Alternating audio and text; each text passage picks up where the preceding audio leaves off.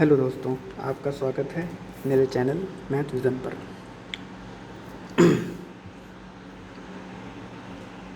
एक मिनट। हाँ, डन। जैसा कि इसमें लिखा है कि सवाल वही और सोच नहीं। का मतलब सवाल तो वही होंगे पर उनको लगाने का तरीका बहुत ही अलग होगा। तो चलिए फिर आज शुरू करते हैं।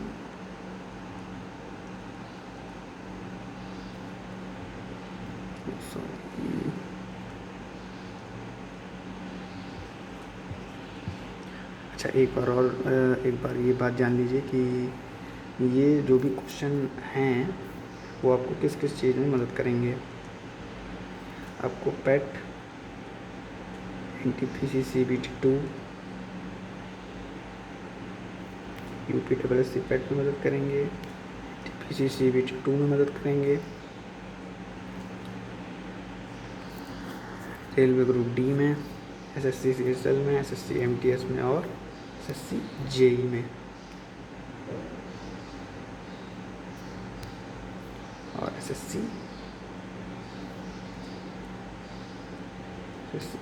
GD में। और इनमें से जो मैं क्वेश्चन कराने जा रहा हूँ वो कुछ प्रीवियस ईयर भी हैं इसी में से। तो फिर चलिए फिर शुरू करते हैं। Mock test 1। और सबसे बड़ी बात, रीड द क्वेश्चन केयरफुली। सवालों को ध्यान से पढ़ें। ठीक है,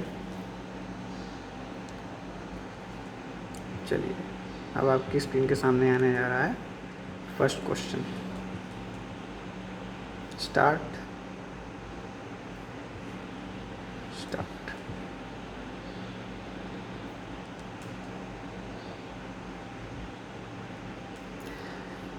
तो पहला क्वेश्चन है आपके सामने।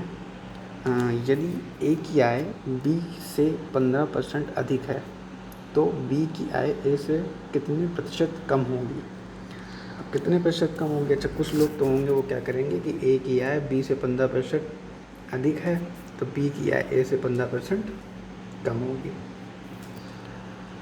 ये वो लीजेंड होंगे, पर ये बिल्कुल ही गलत है। क्यों गलत है? क्योंकि A की आय B की आय से 15% अधिक है। 15% अधिक है मतलब अगर B की आय 100 है तो A की आय 100 से 15 अधिक है मतलब 115 है। अब इसको जो है इजी रेशियो में कन्वर्ट कर लेंगे। 5 2 ज़ा 10, 5 3 ज़ा 15, 5 2 ज़ा 10। ठीक है, अब A की आय ये रेशियो है 23 और B की आय 20 रेशियो है। ठीक है, अब अगली लाइन पढ़ते हैं। तो B का आय A से कितने प्रतिशत कम होगा। अब क्या पूछा गया? B की आय। तो B की आय क्या है? B की आय है 20 और A की आय क्या है? A की आय है 23। अब जो B की आय है वो A की आय से कितना प्रतिशत कम है? 23 माइनस 20 मतलब 3 का ही तो डिफरेंस है इन दोनों में। पर अब क्या पूछा है? A की आय से, ये ध्यान रखें, A की आय से, तो किससे? A से, तो 23 को अपॉन में लगा देंगे। पर अब फिर क्या पूछा है? प्रतिशत में कन्वर्ट करना है तो इनटू 100। ये क्या आ गया आपका आंसर? 300/23%। तो आंसर कौन सा होगा?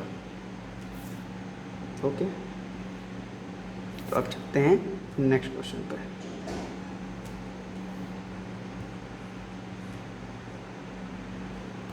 अच्छा ये तो बहुत ही इजी क्वेश्चन लग रहा है, इसमें तो कोई ही नहीं है, तो सिंपल बस जमाना है जैसे लिखा हुआ है।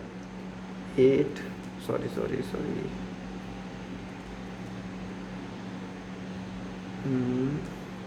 ये लिखेंगे इसमें 8 8, तो इसमें सबसे पहले क्या लिखेंगे, सबसे बड़ी संख्या लिखेंगे, उसके बाद उससे छोटी, उसके बाद उससे छोटी। तो 4 बार 8 हो गया, 3 बार 8, फिर 2 बार 8, और फिर ये सिंगल यूनिट जो लिखा हुआ है इसको लिख देंगे और सिंपल से जोड़ लेंगे।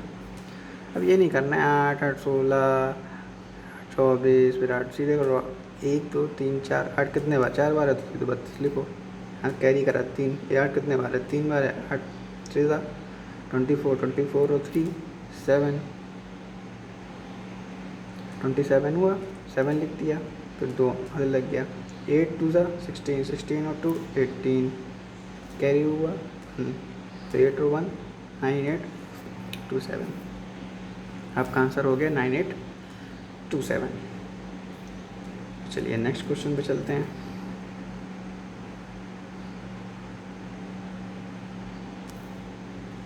ये तो बड़ा भयंकर क्वेश्चन लग रहा है देखने में, चलो उसको भी देखते हैं क्या है। बस क्या है, आपको क्वेश्चन को बहुत ध्यान से पढ़ना है। एक तारा पृथ्वी से लगभग 8.1 इंटू 10⁻13 किलोमीटर दूर है। मान लीजिए कि प्रकाश जो है 3 इंटू 10⁵ किलोमीटर सेकंड की गति से चलता है। ज्ञात कीजिए कि तारे से प्रकाश को पृथ्वी तक पहुंचने में कितना समय लगेगा। क्या पूछा गया है, समय पूछा गया है। अब ये तो आपको मालूम है कि समय किस फॉर्मूले में आता है, या फिर इसमें दिया क्या क्या है। ये किलोमीटर प्रति सेकंड, ये है इसकी चाल मतलब स्पीड, और ये क्या है इसकी दूरी मतलब डिस्टेंस। तो अब इस तो सबको मालूम है कि जो इसका फॉर्मूला क्या होता है, तो distance is equal to speed into time. तो डिस्टेंस कितनी है 8.1 10⁻13, और स्पीड क्या है इस तारे की प्रकाश की, क्या है तारे की ये है। और ज्ञात क्या करना है, निकालना क्या है, वो है टी। तो सिंपल है, कुछ नहीं करना है, इसको यहाँ से उठा के इसके नीचे ले आना है। 8.1 इंटू 10⁻13 3 इंटू 10⁵, सबको मालूम है कि 3 अगर इसको काटेंगे तो कितना आ जाएगा, 3 2 6 3 7 21, और ये 10⁵ है, ये 10⁻13 है। तो जब 10⁵ ऊपर जाएगा तो ये माइनस हो जाएगा। तो 22 इंटू 7 इंटू 10 13 ये 5 होगा, सॉरी 13 में से 5 जाएंगे तो कितना बचेगा 8। तो क्या देखें आंसर आ गया है, हाँ 8 गया है फर्स्ट आंसर। Okay done. ये क्वेश्चन सिर्फ देखने में बड़ा लग रहा था, इसमें कुछ भी नहीं था, केवल डिस्टेंस स्पीड और टाइम वाले फॉर्मूले से सब कुछ किया और आंसर आ गया। तो चलते हैं फिर नेक्स्ट क्वेश्चन पे।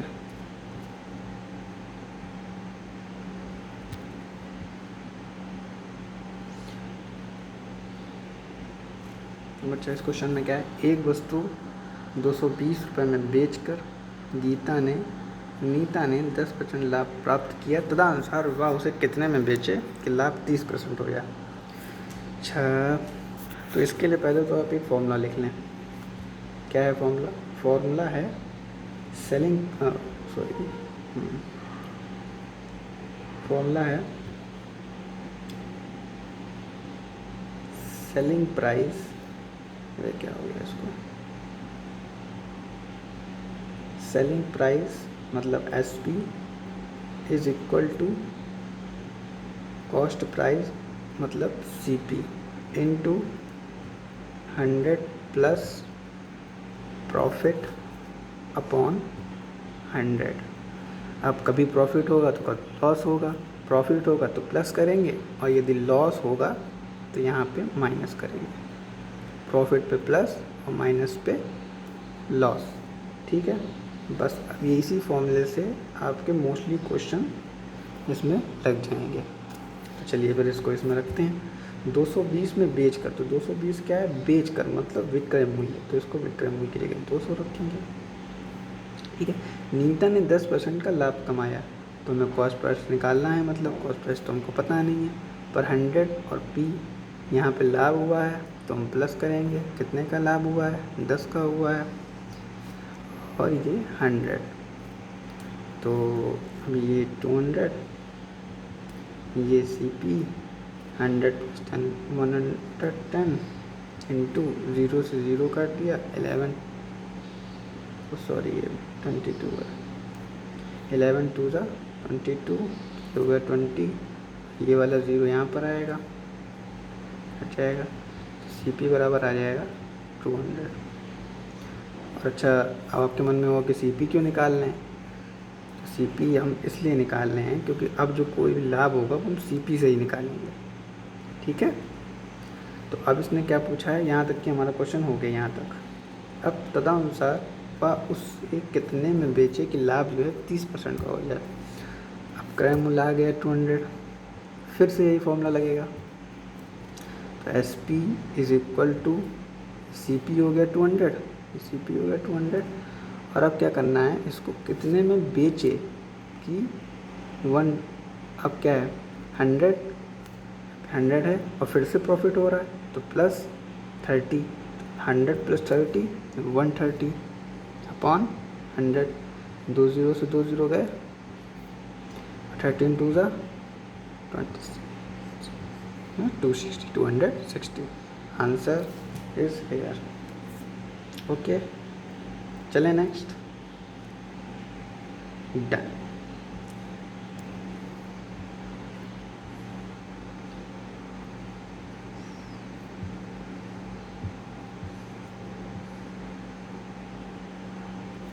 अच्छा, अब इस क्वेश्चन को देखिए, अगर इसमें तो किसी को फॉर्मूला आता होगा तो कर लेगा, अगर तो किसी को फॉर्मूला नहीं आता हो तो वो देखेगा कि कैसे किया जाता है।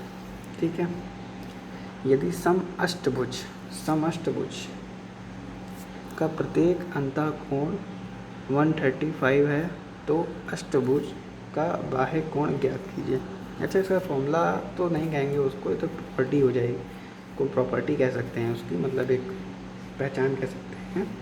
तो क्या होती प्रॉपर्टी इसकी कि जो अंतःकोण होता है, जो अंतःकोण होता है प्लस बाह्य कोण, इन दोनों का जो योग होता है वो क्या होता है, 180 होता है। क्या होता है, 180 होता है। अब इसमें से क्या दिया है, अंतःकोण दिया है, बाह्य कोण मान लो x बराबर 180 और 135 को उधर ले आओ, 135 ही तो है, तो यहाँ पे था 0, 10 में से 5 गया 5, यहाँ पे कितना बचा 7, 7 में से 3 गया 4, बस सिंपल।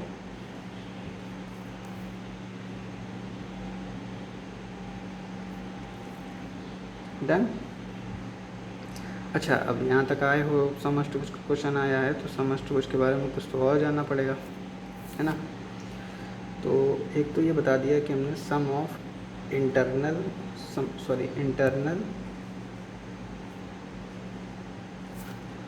और एक्सटर्नल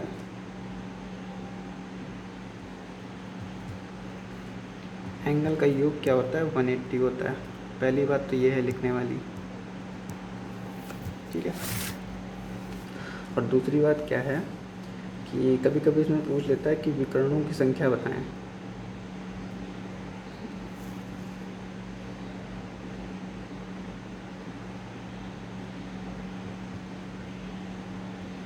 कि विकर्णों की संख्या क्या होगी, तो इसके लिए फॉर्मूला होता है n -3 is equal two is upon 2, जहाँ पे n क्या है, नंबर ऑफ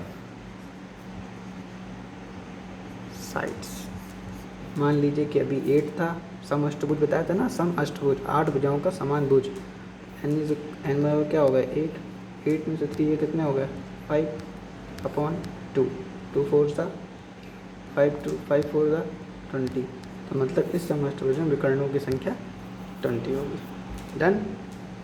तो चलिए फिर चलते हैं नेक्स्ट क्वेश्चन पे।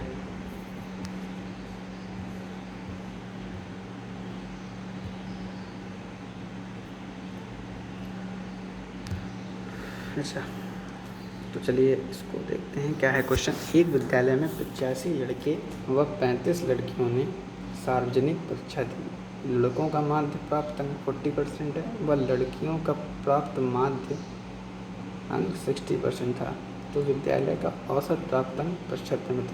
ये तो सिंपल, हमें लगता है सबको ही पता होगा कि इन जैसे क्वेश्चनों में क्या लगता है कि लड़कों के माध्य अंक दिए हैं, लड़कियों के माध्य अंक दिए हैं और पूछा क्या जा रहा है, टोटल औसत प्राप्त अंक पूरे विद्यालय का क्या होगा। तो जब भी इस प्रकार का क्वेश्चन आ जाए कि दो लोगों का दिया हो और कुल मिला के पूछा जाए, तो उसमें क्या लगता है, एलिगेशन लगता है। कैसे लगता है वो हम यहाँ पे देखते हैं। सबसे पहले यहाँ पे लिख लेंगे बॉय, यहाँ पे लिख लेंगे, सॉरी अच्छा इसको मिटा देता हूँ, हाँ यहाँ पे लिख लेंगे बॉय, यहाँ पे लिख लेंगे गर्ल। तो इन्हें क्या कहा है, लड़कों का माध्यांक, मतलब लड़कों का बॉय का माध्यांक 40% है, 40 लिखते हैं, और लड़कियों का माध्यांक है तो लड़कों के नीचे 60% लिखते हैं। टोटल क्या होगा हमको नहीं पता, तो हम क्या मान लेंगे, x मान लेंगे, ठीक है। अच्छा यहाँ पे क्या आएगा, यहाँ पे संख्या आएंगी, रेशियो आएगा। एक विद्यालय में लड़के कितने हैं 85, लड़कियाँ कितनी हैं 35। अच्छा 35 भी 60 से गुणा करेंगे या 85 से 40 की मल्टीप्लाई करेंगे तो फिर क्या होगा, थोड़ी कैलकुलेशन लंबी हो जाएगी, तो इसलिए हम इसको क्या करेंगे, काट लेंगे, मतलब इस रेशियो में कर लेंगे। तो ये हो गया 17, ये हो गया 7। तो अब क्या है, हमें 17 का टेबल भी आती है, 17 हो गया 680,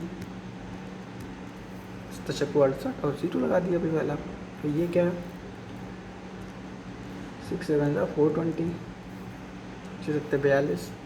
अब आ जाते हैं नीचे, नीचे क्या लिखेंगे, इन दोनों रेशियो का मल्टीप्लाई लिखेंगे, कितना हो जाएगा 7 7 14 1 का ratio carry over 24 is equal to क्या होगा x, ठीक है। तो इसको आगे कहाँ पे करें, चलो यहीं पे कर लेते हैं। अब इसको जब ऐड करोगे तो कितना आएगा, इन दोनों को ऐड करने पे 0 8 2 10 6 4 10 1100, ठीक है, अपॉन 24। तो इसको काट लीजिए, 4 से काटोगे तो हो जाएगा ये 25। मिनट चल नहीं रहा है, उसको यहाँ से मैं ले लेता हूँ। यहाँ पे क्या है याद रखिएगा, 1100 अपॉन 2, ठीक है। हाँ तो हो जाएगा यहाँ पे करते हैं 1100 ऑन क्या था 24 ही तो था, ठीक है। तो सीधे काट लोगे, ये 4 से कट गया 25, 6 11 बचे 55, 11 दूनी 22, 5 5 2 7 2 7 5, ये नीचे 6 के डिवाइड कर लो या फिर सीधे कर लो कि किससे जा रहा है, 6 4 ज़ा 25, 6 4 ज़ा 24 और 7 में से 3, 7 में से 4 गया 3 और फिर 6 नीचे 30। हाँ तो यही है, क्योंकि हमें बात से कोई मतलब ही नहीं है। 36 3 बार जा नहीं रहा, 7 बार जा नहीं रहा, 4 टाइम्स में 2 बार है यहाँ पे, 4 5 4 6, तो 4 बार 4 टाइम्स तो जाएगा ही। 6 4 था 24 और 7 में से 4 गया तो बचे कितने 3 और 3 5 और कितने बार जाएगा 36, तो नहीं जाएगा, 6 पंचे 30। इसलिए ये क्वेश्चन पूरी मल्टीप्लिकेशन देख करके नहीं देखना है, अगर यहाँ पे काम बन रहा है तो वहीं से बन जाएगा, नहीं बन रहा तो पूरी करेंगे, ओके। चलिए डन, तो आगे बढ़ते हैं।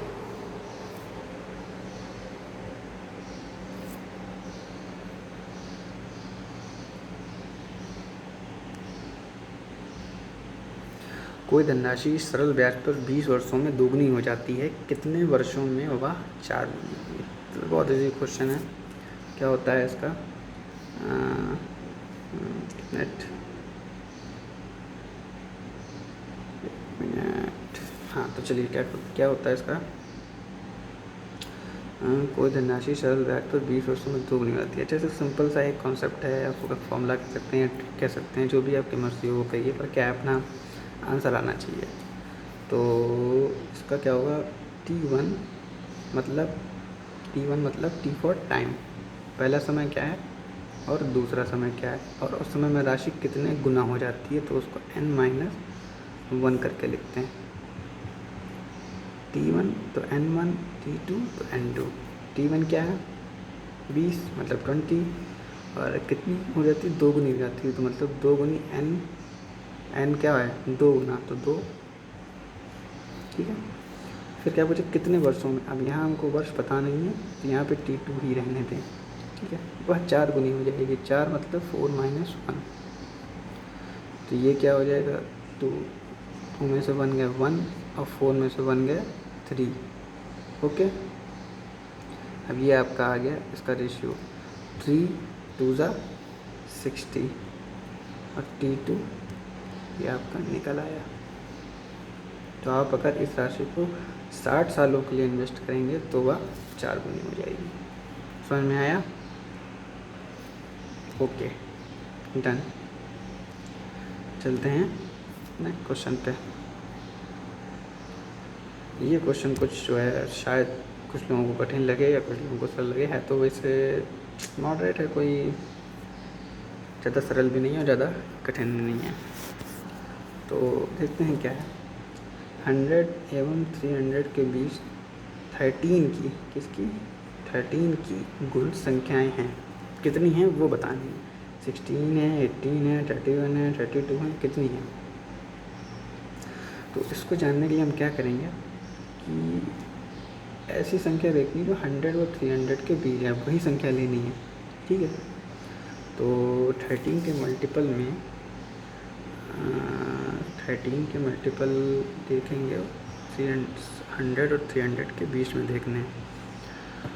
अब बीच में देखने तो कैसे निकालें, इसमें 13 का डिवाइड करें, तो डिवाइड करें तो कितनी बार जाएगा, पहली संख्या 13 से मतलब कितना होता है 91, पर 91 हम ले नहीं सकते क्योंकि ये 100 से छोटा है, इसलिए 91 को हटा दें।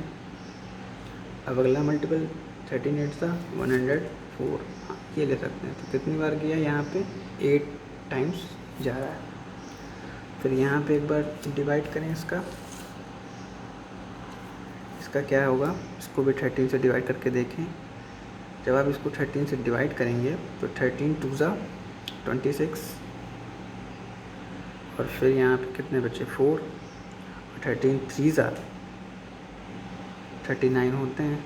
हाँ तो ठीक है, 30 बच जाएगा। आप सोच रहे हो कि ये 9 बार क्यों नहीं ले गए और ये आगे क्या है। अगर आप इसको 9 बार ले जाएंगे तो क्या है वो 300 से 300 से वो ज़्यादा हो जाएगा, तो इसलिए जितनी बार इंटीजर में गया उतनी बार ही लिया।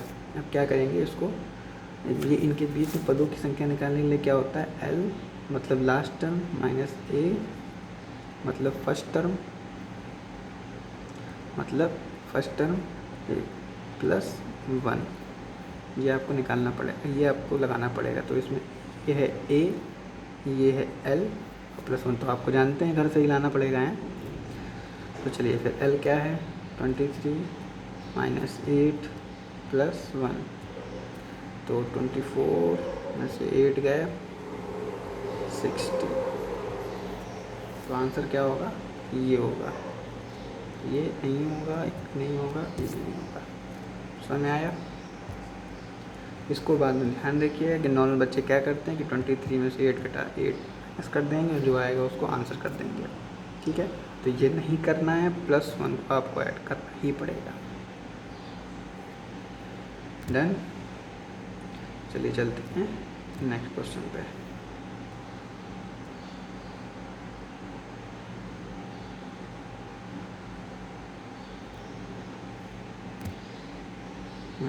तो क्या है इसमें, अच्छा ये क्वेश्चन नहीं बड़ा जो है चटपटा क्वेश्चन माना जाता है। काफ़ी पूछा हुआ क्वेश्चन एसएससी सीएसएल में काफ़ी बार पूछा गया, ग्रुप डी में भी पूछा गया है। कई बढ़िया क्वेश्चन है। कभी कभी यहाँ पे बंदर नहीं तो कभी कुछ मेढक आ जाता है कुएं में, या फिर कभी कोई काम छोड़ एक साथ काम करता है फिर नहीं करता है, या एक बना खा रहा है, तो ऐसा हो जाता है।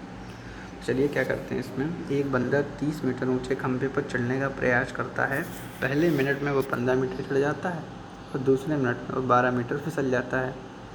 इस दर से वह कितने देर में खंभे के शीर्ष पर चढ़ जाएगा। ये तो बड़ी भयंकर बात है। अच्छा वही बात है, लीजन का तरीका क्या होगा इसमें। लीजन का तरीका जानते हैं क्या होगा। लीजन का तरीका होगा अगर वो एक मिनट में 15 मीटर चढ़ता है और अगले 1 मिनट में 12 मीटर फिसल जाता है, तो टाइम कितना हुआ, 2, 1 + 1 करके 2 ही मिनट तो हुआ, 2 मिनट, ठीक है। और 5 इसमें तो 15 चढ़ा, 12 फिसल गया, तो मतलब टोटल कितना चढ़ा, 3 चढ़ गया, ठीक है। तो हमें चढ़ाना कितना था, 30 चढ़ाना था। 10 की मल्टीप्लाई कर देंगे, 20 मिनट आंसर आ जाएगा, वो लगा देंगे तो कहेंगे भैया मेरा तो 30 सेकंड में ही लग गया था। अब भैया को कौन बताए कि भैया का कट गया है, तो ये बिल्कुल भी गलत है, ठीक है। अब देखें तो सही क्या है। चलिए इससे पहले टोटल हाइट क्या थी, इनकी थी 30। अब इन सवालों में क्या होता है, जब भी कभी चढ़ता है, गिरता है, उतरता है, फिसलता है, मतलब दो चीज़ें अपोजिट जो है वो एक साथ होती है। जैसे पहले चढ़ा और दूसरे में उतर गया या फिसल गया, तो क्या करते हैं इसमें चढ़ने वाला जो है ये आपका 15, इसको पहले ही माइनस कर लेंगे, कितना बचेगा 15, ठीक है। अब हमें केवल इतने पे काम करना है, इतना चढ़ाना है या इतना उतारना है। अब हम इसके करते हैं, तो ये पहले मिनट में क्या करता है, 15 मीटर चढ़ता है, अगले मिनट में क्या करता है, 12 मीटर फिसल जाता है, इसलिए इसको माइनस में हम इंडिकेट कर रहे हैं, अपनी सुविधा के लिए ना भी करें तो वो नहीं है। तो टोटल कितना हुआ, 2 मिनट, और 15 में से 12 गया तो कितने बचे, 3। अब हमको कितना चढ़ाना है, 15 पे काम करना है। तो अगर 2 मिनट में 3 चढ़ रहा है तो 15 मिनट में 2 मिनट में 3 मीटर, इसे यहाँ पे लिख देता हूँ, मुझे कन्फ्यूजन हो जाएगी। ये मिनट है और ये उसकी हाइट है। अगर 2 मिनट में 3 मीटर चढ़ रहा है तो 15 मीटर कितने समय में चलेगा, तो क्या करेंगे यहाँ पे 5 से मल्टीप्लाई कर देंगे, तो करेंगे तो ये हो जाएगा 15 मीटर, 5 × 10 मिनट, 10 मिनट में 15 मीटर चढ़ जाएगा। पर ये तो हमने अपनी सुविधा के लिए बनाया था, रियल में उसको कितना चढ़ना था, 13 मीटर। तो अब वो अपनी एक छलांग मारेगा, यहाँ पे 15 + 15 13 मीटर चढ़ जाएगा, और यहाँ का 1 मिनट इसमें जुड़ जाएगा, तो कितना आ गया, 11 मिनट आपका आंसर होगा, जो कि बिल्कुल भी सही है, डंके की चोट पे। ओके, तो 20 वाले ज़रा जो हैं सीखें थोड़ा अभी और देखें कैसे क्या होता है। नहीं एग्ज़ाम में तो क्या है, वो 20 ऑप्शन ऊपर ही रखा होगा और सिंपल सा आदमी लगाएगा, 20 लगाएगा और आगे बढ़। तो इस सवालों का तरीका ही यही होता है कि जो भी पहले 15 मीटर चढ़ रहा है उसको क्या करेंगे, घटा देंगे, पहले ही माइनस कर लेंगे उसको, ठीक है। उसको पहले माइनस कर लेंगे, उसके बाद जो हाइट बचेगी उस पर काम करेंगे, और उसके बाद जो आखिरी में, क्योंकि ऐसा होता है जैसे 15 मीटर अब आ गया, अब वो 15 जैसे ही एक छलांग मारेगा तो पूरी 30 पूरी कर देगा। अब ये नहीं कि वो 30 मीटर पूरी कर देगा फिर नीचे गिर जाएगा, ऐसा नहीं है। जब वो पूरा खंबा था, मान लीजिए 1 मिनट, मान लीजिए कि वो जो पूरा खंबा था, ये पूरा खंबा है आपका, है ये पूरा खंबा है एक। अब यहाँ से ये बंदा चढ़ा और फिर इतना उतर गया, फिर चढ़ा, फिर इतना उतर गया, फिर चढ़ा, फिर इतना उतर गया। अब यहाँ पे चढ़ गया जब, तो क्या यहाँ से वापस नीचे उतरेगा, इस वजह से ये चीज़ करी जाती है, ठीक है। डन, चलिए फिर आगे चलते हैं।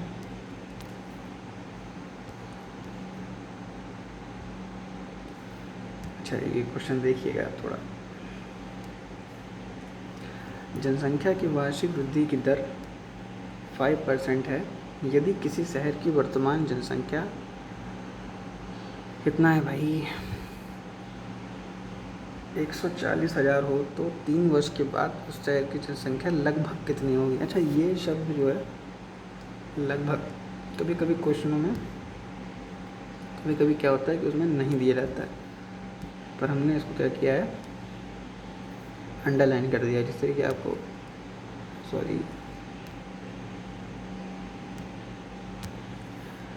आपको निकालते समय एक बार इस पर नज़र ज़रूर रखें। लगभग पे पूछा गया। जनसंख्या की वार्षिक वृद्धि की दर 5%। अच्छा, 5% को हम क्या लिख सकते हैं, 5% को ऐसे ही तो लिख सकते हैं, और इसको थोड़ा सिंपल रेशियो में कर लेंगे तो 120 हो जाएगा, 1/20 हो जाएगा। अब क्या है, ये है टोटल जनसंख्या। कभी भी कोई भी फ्रैक्शन होगी तो क्या होगा, ये होगा टोटल, नीचे क्या होगा उसका टोटल। ये क्या होगा, कोई भी चीज़ बढ़ रही है, कोई भी चीज़ कितनी घट रही है, ये वो इंडिकेट करेगा। तो जैसे 20 था, ठीक है, या 20 है मान लो, यदि किसी शहर की वर्तमान जनसंख्या हो तो 3 वर्ष के बाद उस शहर की जनसंख्या लगभग कितनी हो जाएगी, और वृद्धि दर क्या है, 5%। तो मतलब ये केवल बढ़ रहा है, एक जो है 20 में बढ़ जाता है, 21 हो जाएगा।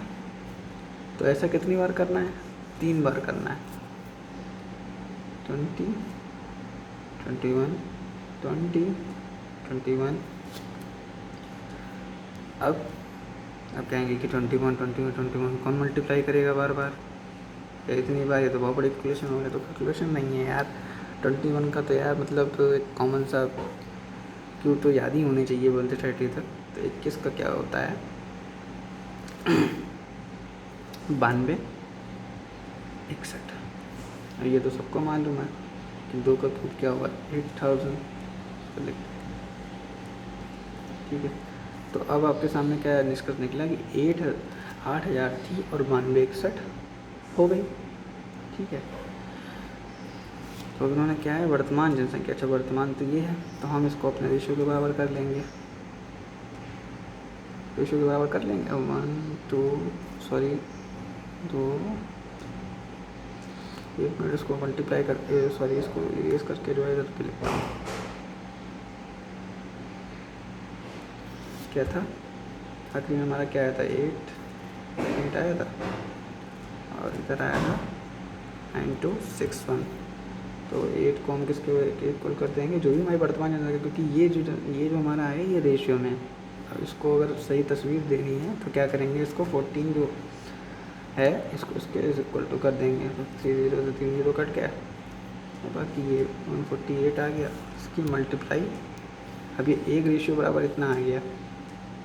ठीक है, अब हमने क्या निकालना है कि कितनी अब जनसंख्या है, तो अब क्या है, कितनी है ये, पर इसको सही दिखाना है तो इससे मल्टीप्लाई करना पड़ेगा सही तस्वीर देने के लिए।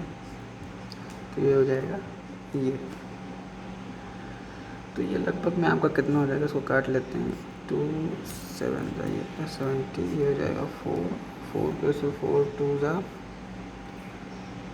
8 4 3 ज़ा 23 लगभग इधर आएगा, और 7 के इससे मल्टीप्लाई कर देंगे हम। आप पूरा नहीं ले गया हूँ क्योंकि लगभग में पूछा गया, तो इससे आंसर आपका आएगा 7 3 1 2 7 2 ज़ा 14 14 2 16, हम देख लीजिए 16। ठीक है, ये आंसर आपका आ जाएगा, 16 आ रहा है ना। अगर हो सकता है कि आगे मल्टीप्लाई करेंगे तो उसका एक कैरी होगा, तो 2 हो जाएगा, वो पूरी कैलकुलेशन करेंगे तो लगभग पॉइंट में जाएगी। तो इसलिए हम इसका आंसर ये हम लगा सकते हैं, क्योंकि कोई भी इसका अप्रॉक्स भी नहीं है तो हमको कोई दिक्कत हो। ये भी 23 है, ये 18 है, 17 है, तो कोई दिक्कत नहीं है, सही आंसर है। ठीक है, समझ गए, आगे बढ़ें। ओके,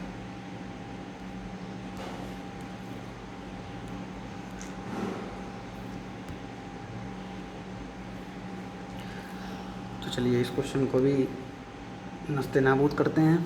एक विद्यालय में 850 छात्र हैं, इनमें से 44% यूट्यूबर, अरे भैया ये क्या कह दिया, YouTuber, 28% gamer, carry Minati type, 10% TikToker, अब इसमें तो नाम लेने के लिए छोड़िए, खैर, और शेष अन्य समुदायों के हैं। तो अन्य समुदायों की संख्या में कितने छात्र हैं। अच्छा, परसेंटेज में कोई भी संख्या कितनी होती है, परसेंटेज में कोई भी संख्या 100% होती है टोटल। तो अब यहाँ पे कितना दिया, 44 28 10 8 4 12 दोनों 4 2 6 7 8 मतलब 82 ये है। ठीक है, शेष अन्य अन्य कितने होंगे? 100 में से माइनस कर दोगे तो कितने आ जाएंगे? 10 में से 2 गए 8, 9 में से 8 गए 1, ये तो आएगा। ठीक, ये किसके अब 18% है, अन्य जो है वो 18% है। किसका 18% है? कोई छात्र का। तो 8 का 18%, सॉरी 1 मिनट, सॉरी इसका करता हूँ। हाँ तो क्या था 8, अरे क्या हो गया, 1 मिनट, क्या था 8 20 का 18%, यही कॉन्नेक्शन क्या होगी? इसको एक 0 0 काट देंगे, 2 9 से 18, 2 5 10, 5 से कटेंगे तो 17, 17 की टेबल सबको मालूम है, 17 की 9 से मल्टीप्लाई करेंगे तो कितना आएगा? 53। ओके, तो चलिए चलते हैं आगे नेक्स्ट क्वेश्चन पे।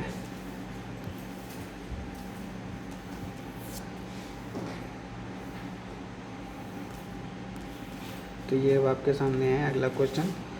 क्या है? 5 मीटर लंबी, 3 मीटर ऊंची तथा 18 मीटर चौड़ी दीवार बनाने के लिए 5 मीटर 1.2 मीटर इंटू 7 मीटर माप वाली कितनी ईंटों की आवश्यकता होगी? तो कोई दिक्कत नहीं है इसमें, ये तो बहुत ही, अगर मालूम है बहुत ही क्वेश्चन है तो फिर कठिन हो जाएगा। तो सबसे पहले लिख लेंगे 5, कितनी दीवार की आयाम मतलब डायमेंशन क्या है? 5, 3 और 18, और ईंट की डायमेंशन क्या है? एक ईंट की 5, इसको 1.2 इंटू 7.5। तो ये क्या करेंगे हम, इसको जस्ट लो नीचे कर लेंगे। ठीक है, अच्छा ये तो एक ईंट की है, ये एक ईंट की है, इसने पूछा ऐसी कितनी ईंटें होंगी, तो मान लीजिए ऐसी एन मान लीजिए ऐसी एन ईंटें होंगी। ठीक है, तो भाई एन निकालना है हमको, तो 5 से 5 पहले तो काट दीजिए। ठीक है, 25 तियाँ 75 और 25 चक्कू 100, 4 3 सा 12, 3 कट गया और 3 का 6 हो गया। एन बराबर कितना आ गया? 6। तो इस आयाम की दीवार बनाने के लिए इस आयाम की ईंट कितनी लगेंगी? 6 लगेंगी। Right answer is 6। Done. Next question.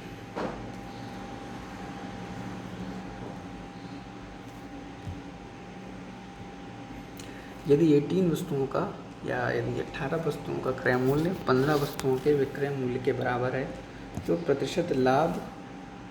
प्रतिशत लाभ ज्ञात करें। ये क्वेश्चन आपकी बार CSL में पूछा गया था इसी बार 2021 में ही, अगर किसी ने दिया हो तो शायद वो समझेगा।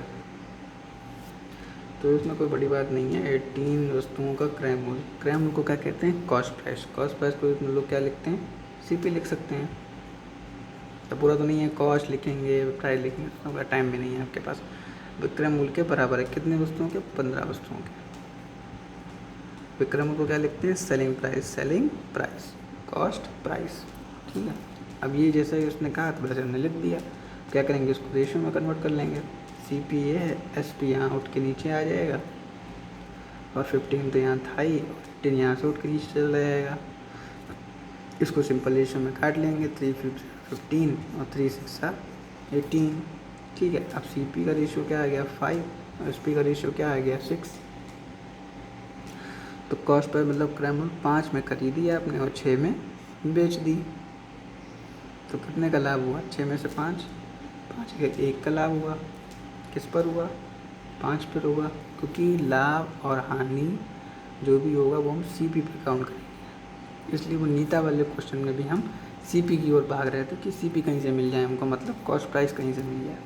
ठीक है, अब इसमें क्या है, 1 का प्रॉफिट हुआ और सीपी मतलब 5 पे हुआ और इंटू 100, क्योंकि हमको प्रतिशत निकालना, 5 to the 20%। Answer is here. Okay, next question पे चलते हैं। यही था, कोई खास क्वेश्चन तो नहीं होगा, नहीं कह सकते इसको, ठीक था मतलब। 14 क्वेश्चन। चलिए कोशिश करिए पहले आप। चलिए मैं बताता हूँ इसको। इजी है, अगर किसी का दिमाग एकदम चल जाएगा तो कर लेगा, नहीं तो फिर पता नहीं क्या करने लगेगा इसमें, कहीं क्यूब कहीं स्क्वायर कहीं कुछ कर देगा। हमें कुछ नहीं करना है, जैसे इसको पहले लिख लेना है एम क्यू माइनस 4m है। तो इसमें से क्या करेंगे, एक को कॉमन ले लेंगे, तो एक हमको कॉमन ले लेंगे तो बन जाएगा m स्क्वायर माइनस 4। अब कुछ आपको देख के समझ में आ रहा होगा क्या है, एक प्रॉपर्टी आपने पढ़ी होगी, a square minus b square is equal to a minus b into a plus b होता है। तो वही तो है भी। यहाँ पे इसको हम कैसे लिख लेंगे, लिखा है उसको लिख लोगे m माइनस 2 m प्लस 2। इसको लिख लो ना, 2 का स्क्वायर लिख लो, ये तो बन जाएगा। a इसको मान लो, इसको a मान लो, इसको b मान लो, a square b square a minus b into a plus b, है ना सिंपल। क्या हो जाएगा, m minus 2 m plus 2, answer ये होगा, पहला आंसर होगा। ओके चले नेक्स्ट चलते हैं, अगला क्वेश्चन। ये भी CSL में काफ़ी बार रिपीट हुआ है क्वेश्चन, बहुत ही सरल है, तरीका मालूम है तो। 5 सेकंड का क्वेश्चन है। चीनी के मूल्य में 20% की वृद्धि हुई, कोई व्यक्ति अपनी खपत कितने प्रतिशत कम करे ताकि उसे इस मद में खर्च वृद्धि ना हो, मतलब उसको खपत कम करनी है और खर्च उतना ही रहे जितना पहले था। तो अच्छा, आपके भी घर में अगर कोई सामान आता है या कुछ का खर्चा कैसे पता लगाते हो, क्या करते हो? जैसे महीने में राशन वगैरह आता है तो कैसे क्या करते हो? सर खर्चा कितना हुआ ये कैसे पता लगेगा कि वस्तु का मूल्य क्या है और वस्तु की खपत कितनी है, ये तो है। अब उसमें क्या क्या है, खर्चे को कांस्टेंट रखना है, मतलब खर्चा नियत रहे, वृद्धि होने के बाद भी खर्चे को नियत रखना है। तो ये वही है कि एक तो मूल्य क्या हो रहा है, वृद्धि हो रही। अभी क्या बताया था, 20% को क्या लिख सकते हैं, 1/5। 5 क्या है, 5 क्या है, टोटल है। 1 क्या है, या तो ये क्या है, ये 1 की वृद्धि हो रही, बताया था ना अभी पहले शायद सेकंड थर्ड क्वेश्चन में। तो 5 है और 1 की मतलब वृद्धि हुई या 1 की बढ़ोतरी हुई, तो क्या हो जाएगा, 5 से 6 हो जाएगा। ये क्या है, ये मूल्य है। क्या हुआ, मूल्य। पहले मूल्य कितना था, 5, अब मूल्य कितना है, 6। क्योंकि खर्चा नहीं है तो ये खपत क्या होगी, इसकी उल्टी होगी। तो खपत क्या हो जाएगी, 6 से 5। अगर भाई चीज़ सस्ती थी तो ज़्यादा यूज़ करी जा रही थी, अब चीज़ महंगी है तो कम यूज़ करी जा रही है। खर्चा एक मीडियम स्तर के परिवार को वही रखना है, तो क्या करते हैं हम लोग, खपत थोड़ी सी कम कर दी। तो कितनी कम कर दी, 1 कम कर दी। 6 थी अब 5 कर दी, कितने से कम कर दी, 6 से कम कर दी। ठीक है, 6 से कम कर दी तो 1/6 इंटू 100, तो ये कितना होता है, 16×96, लगभग 16%, लगभग 16%। 16 यहीं पे दिया है, चल है। चलिए फिर, अच्छा अब इससे इम्पोर्टेंट जो है क्या करते हैं, कुछ प्रतिशत लिख लेते हैं। जैसे डायरेक्ट क्वेश्चन पूछे जाते हैं, तो इन सॉल्व क्वेश्चन अगर यहाँ पे दे दे, यहाँ पे अगर वो दे दे कि जो है 7.5 20% की वजह से 7.7% की बढ़ोतरी हो रही। तो अब 7.7 ही नहीं पता है, तो ऐसे कुछ प्रतिशत या परसेंटेज कह सकते हैं, जो हमको थोड़ा दिमाग में रखने पड़ेंगे। तो क्या होते हैं, चलिए उसको मैं आपको लिखा देता हूँ कुछ परसेंटेज, काम आएंगे ये काफ़ी, क्योंकि डायरेक्ट ही पूछे जाएंगे। अगर आपको निकालने पड़ेंगे तो आपको काफ़ी देर लग जाएगी, तो उससे बढ़िया है कि आपके दिमाग में पहले से हों। जैसे कि अभी एक आया था, क्या था, 16, सॉरी एक मिनट, जैसे कि अभी आया था, क्या आया था, ये आया था 16.66%। तो इसको हम क्या कर सकते हैं, 1/6, मतलब 6 अगर टोटल है, कुछ भी एक की कमी हो या एक की वृद्धि हो, एक की कमी होगी तो 6 से 5 हो जाएगा, एक की वृद्धि होगी तो 6 से 7 हो जाएगा। तो उसके लिए यहाँ उसको वो आपको क्वेश्चन में ऐसे दे देगा 16.66%। फिर आप इसको सॉल्व करोगे, पॉइंट हटाओगे, नीचे 100 लगाओगे, फिर 1% का 100 आएगा, फिर इसको काटोगे, बहुत लंबा हो जाएगा। और जिसको आता होगा वो 1/6 लिखेगा और फिर से आगे बढ़ जाएगा। ठीक है, समझ रहे ना? ठीक है। अच्छा, अगली परसेंटेज क्या है कि 11.11, ये कॉमन परसेंटेज है, आप क्वेश्चन लगाते होंगे तो आपको लगभग मिलते ही होंगे ये लोग। 11.11% को क्या लिखते हैं, 9। फिर वही बात है कि 9 क्या है आपका, टोटल है। 1 क्या है, जो भी उसमें कहा जाए वृद्धि हुई है, कमी हुई है, कुछ भी हुआ है, अगर वृद्धि होगी तो 9 से क्या हो जाएगा, 10 हो जाएगा, और कमी होगी तो 9 से क्या हो जाएगा, 8 हो जाएगा। ठीक है। अच्छा, जो अभी कहा था 7.7%, वो क्या था, 7.7% क्या होता है, 1/13 होता है। टोटल 13 है, और ये 1 की क्या है, बढ़त या घटत। तो 13 में से अगर एक बढ़ोतरी हो रही तो 1 हो जाएगा, 14 हो जाएगा, और कमी हो रही है तो 12 हो जाएगा। ठीक है। एक और इम्पोर्टेंट लिख लीजिए, 9.09, एक हो जाएगा 1/11, 1/, तो इसको मैं इरेज कर देता हूँ। अब कहाँ पे हो गया था, 1/11, 9.09। अब एक और 1/7 की फैमिली है, कभी कभी आपको मिलते होंगे, ये महाशय मिलते होंगे, कभी कभी आपको ये लिख के आता होगा कि 14.28% की बढ़ोतरी हो गई। अब किसी को मालूम है तो पहचान जाएगा ये क्या होता है, ये होता है 1/7। नहीं तो इसको सॉल्व करने बैठोगे तो हो गया भैया 30-40 सेकंड, तो कितनी भी फास्ट क्वेश्चन हो आपकी, 30-40 सेकंड तो कहीं नहीं गया कॉल करने में उसको। और जिसको आता है वो सीधे इसको इसको कहेगा भैया इसको हटाओ, इसको लगाओ, समझे। अब इसी में क्या होता है कि इसी में आपको कहता है, इसमें 2 से मल्टीप्लाई कर देगा, क्या हो जाएगा, ये 28 ऐसे लिख के आ जाएगा 56, ये 28.56 की परसेंटेज की वृद्धि हुई। तो 1428 कितना होता है, 1/7, ये उसका क्या है, दुगना, ये 2/7 हो जाएगा। ठीक है डन। तो चलिए फिर आज के लिए इतना ही रखते हैं। ठीक है, तो please subscribe my new channel math vision. इसमें आपको रेगुलरली मॉक टेस्ट करवाए जाएंगे, जिससे कि आपको बताया था कि वो इससे किस रिलेटेड होंगे। जैसे ये है, आपको किस में मदद कर सकते हैं, ये आपको पेट्स में ये क्वेश्चन मिलेंगे, ये प्रीवियस ईयर क्वेश्चन है सब। ठीक है, ये प्रीवियस ईयर क्वेश्चन है। जैसे ये क्वेश्चन पेट में आपको मदद करेंगे, CBT 2 के कुछ प्रीवियस ईयर क्वेश्चन है, उसमें आगे भी आने ही हैं। ग्रुप डी के लिए भी मदद करेगा, CHL की मदद करेगा। CHL का तो अभी 2021 का ही क्वेश्चन था, वो 30% वाला जो कमी हुई थी, इसमें परसेंटेज को समझाया गया आपको। MTS, RLB, JEE, SSC,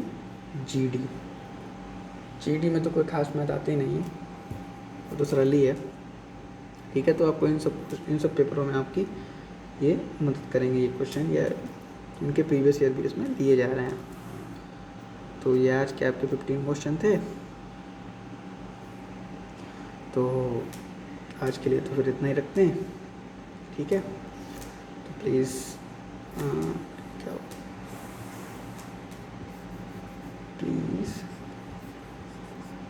do subscribe and like math vision. क्या है टैगलाइन? सवाल वही और सोच नहीं। तो चलिए आज के लिए इसको यहीं पे ही डन करते हैं। ओके, धन्यवाद, बाय बाय, मिलते हैं अगले मॉक टेस्ट 2 में।